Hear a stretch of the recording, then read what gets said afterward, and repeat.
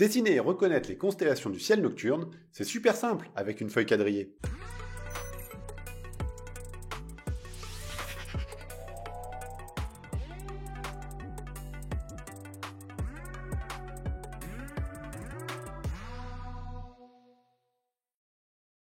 Bonjour à tous, c'est Romain du Parc aux Étoiles. Dans cette vidéo, je vous propose de dessiner 3 constellations pour apprendre à les repérer dans le ciel quand il fait nuit.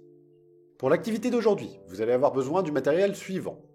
Le document en PDF à télécharger sur le site internet du Parc aux Étoiles et à imprimer, ou des feuilles d'un cahier à petits carreaux, un crayon à papier, des crayons de couleur, une règle et une gomme. Vous avez tout le matériel? Alors c'est parti! Pour commencer, je vous propose de découvrir les constellations que nous allons dessiner aujourd'hui. Il s'agit de la Grande Ourse, de la Petite Ourse, et pour celles et ceux qui le souhaitent, vous pourrez également positionner le dragon sur notre carte du ciel. Ces 3 constellations sont dites circumpolaires, c'est-à-dire qu'elles ne se couchent jamais sous l'horizon et sont donc visibles tout au long de l'année, en hiver comme en été. À présent, découvrons leur histoire. Elle nous provient de la mythologie grecque, que je me suis permis d'adapter un petit peu pour les besoins de cette vidéo. La constellation de la Grande Ourse est au début de cette histoire une humaine du nom de Callisto. Callisto vit sur Terre, et plus précisément dans une forêt, la forêt d'Arcadie. Un jour, Callisto fait la connaissance d'un dieu de l'Olympe, Zeus. Il avait pris l'apparence d'un humain pour venir à la rencontre de Callisto, qu'il avait aperçu et dont il était tombé amoureux. Ensemble, ils vont avoir un fils nommé Arcas. Or, Zeus est un dieu marié à une déesse, Héra. Quand celle-ci apprend que son mari a eu une aventure avec une humaine, elle devient terriblement jalouse et décide de punir Callisto en la transformant en ours géante après le départ de Zeus. Sous cette forme, la belle Callisto qui se promenait en forêt avec son petit garçon prend peur et part se cacher au fond de la forêt, laissant derrière elle son jeune fils Arcas. Le pauvre Arcas, abandonné seul au milieu de la forêt, se met alors à pleurer. Heureusement, un chasseur qui passait à proximité entend les pleurs de l'enfant et le trouve abandonné au milieu des bois. Il décide de l'adopter. Arcas grandit donc dans le village de ce chasseur et apprend à tirer à l'arc avec son nouveau papa.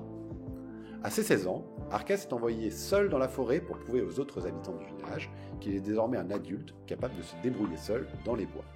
Après quelques jours passés en forêt, Arcas arrive dans une partie où il n'a jamais mis les pieds. Les arbres sont gigantesques, la lumière a du mal à passer au travers des feuillages. Arcas peine à se frayer un chemin au milieu de la végétation tellement celle-ci est dense, quand tout à coup, en franchissant un buisson, il tombe nez à nez avec une ourse géante. Vous aurez deviné qu'il s'agit de sa mère, Callisto, changée en ours. Malheureusement, Arcas ne reconnaît pas sa maman. Il encoche aussitôt une flèche à son arc, s'apprête à tuer cette ourse géante quand Zeus, le véritable papa d'Arcas, voit la scène depuis le mont Olympe. Il décide d'intervenir pour ne pas laisser son fils tuer sa mère.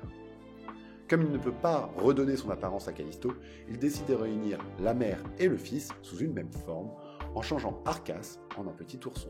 Sous cette forme, Arcas et Callisto se reconnaissent, mais à peine ont-ils eu le temps de se retrouver que Zeus les saisit par la queue, les monte au-dessus de sa tête, les fait tournoyer au-dessus de sa tête et les jette au milieu des étoiles. Car Zeus est malin. Il sait que si Arcas ne rentre pas au village, les chasseurs vont se mettre à sa recherche dans les bois, et si jamais ils tombent sur un ours géant et son ourson, ils n'auront aucun scrupule à les tuer. Or, en plaçant Arcas et Callisto dans les étoiles, il les éloigne suffisamment pour les protéger des flèches des chasseurs. Mon histoire pourrait se terminer ici.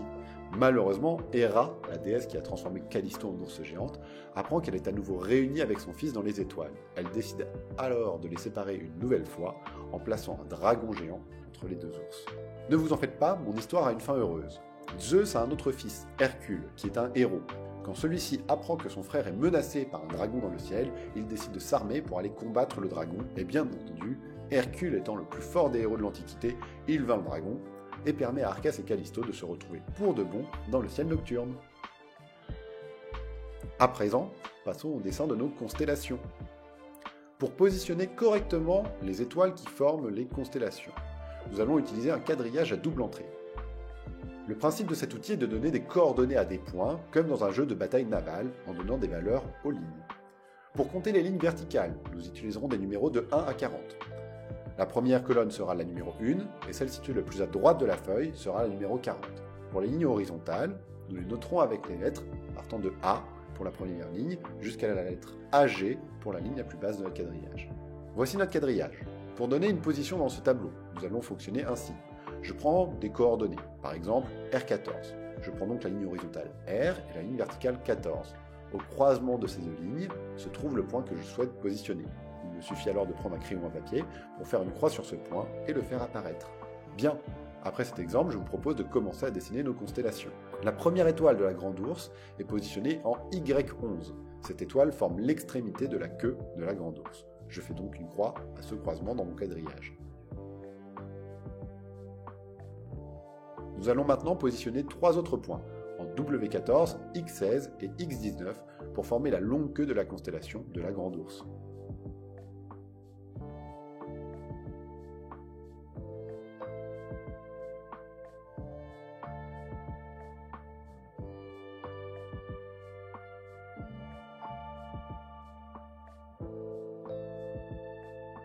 Voilà, petit conseil pour vous faciliter l'utilisation de ce quadrillage. Utilisez deux règles ou deux crayons pour les superposer aux lignes. Le point où les deux objets se croisent sera le point recherché.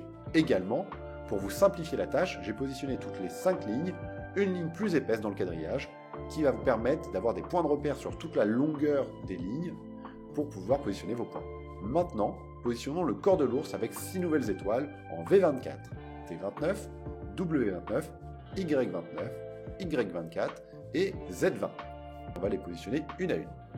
Donc d'abord on positionne V24, on passe à T29, W29, ici c'est Y29, juste là Y24, et maintenant Z20. Ajoutons une étoile en plus qui formera la tête de l'ours en S33. Enfin, passons deux pattes sous l'animal. En AC20, AE24, AE29, AF29 pour la patte arrière. Et Z31, Z35 et AA35 pour la patte avant. À présent, relions les points que nous avons positionnés. Afin de mettre en avant et différencier les constellations, je vous propose de tracer des traits entre les étoiles avec un crayon de couleur différent pour chaque constellation. Partons de l'extrémité de la queue, en Y11, pour remonter sur W14, X16 et X19.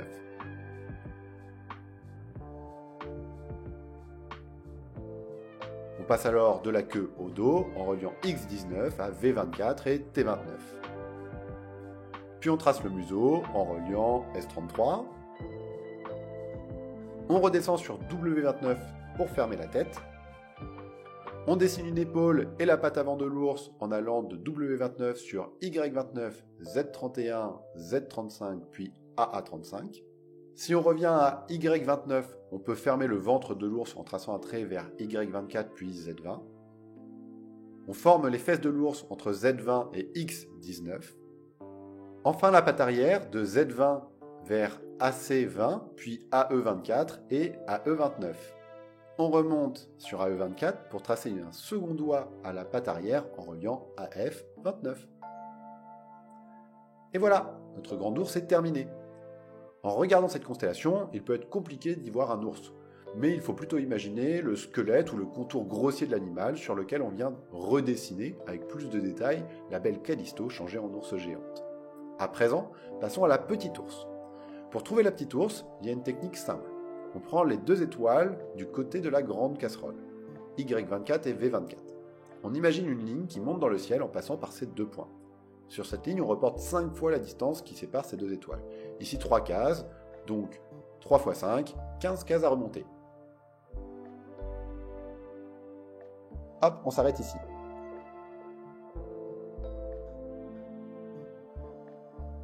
On arrive sur la première étoile de la petite ours, qui est également l'étoile polaire.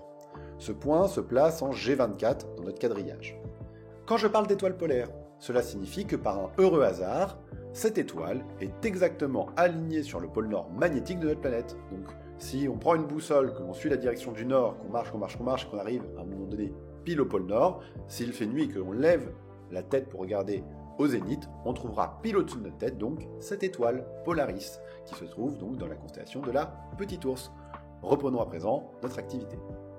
Nous allons maintenant tracer le manche de la petite casserole en plaçant des étoiles en G1,22,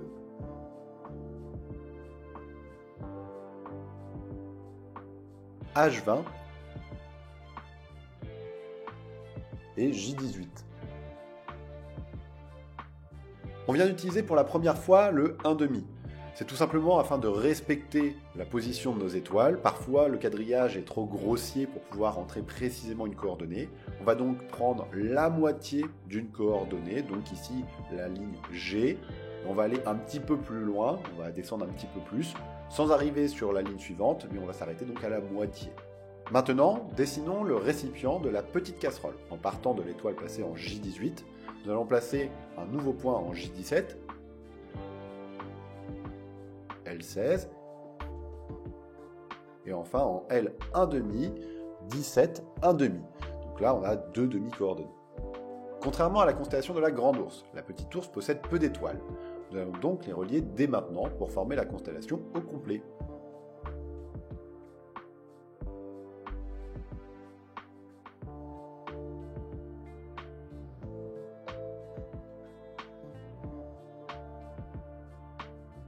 Même ainsi, la petite ours ne prend pas la forme d'un animal, mais plutôt celle d'une casserole, d'où son surnom de petite casserole que nous lui donnons en France.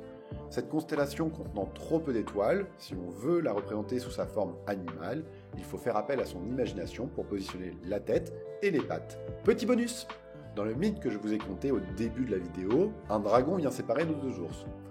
Voici une série de points à placer pour représenter cette constellation. Je vous les donne. R22, Q1,5, 19,5, R14, P9, N10, K11, G1,15, F16, D15, D1,13, H6, J4, G1,3. Une fois les points placés, vous pouvez les relier de la façon suivante pour former le corps du dragon qui serpente entre nos deux ours. Il ne vous reste plus qu'à compléter la légende en coloriant les carrés de la couleur des traits des différentes constellations. Voilà qui conclut notre atelier du jour. J'espère que vous allez pouvoir observer sous peu ces constellations dans le ciel nocturne et pourquoi pas raconter leur histoire à vos familles ou à vos amis. Sur ce, je vous souhaite une bonne journée à toutes et à tous et à bientôt au Parc aux Étoiles.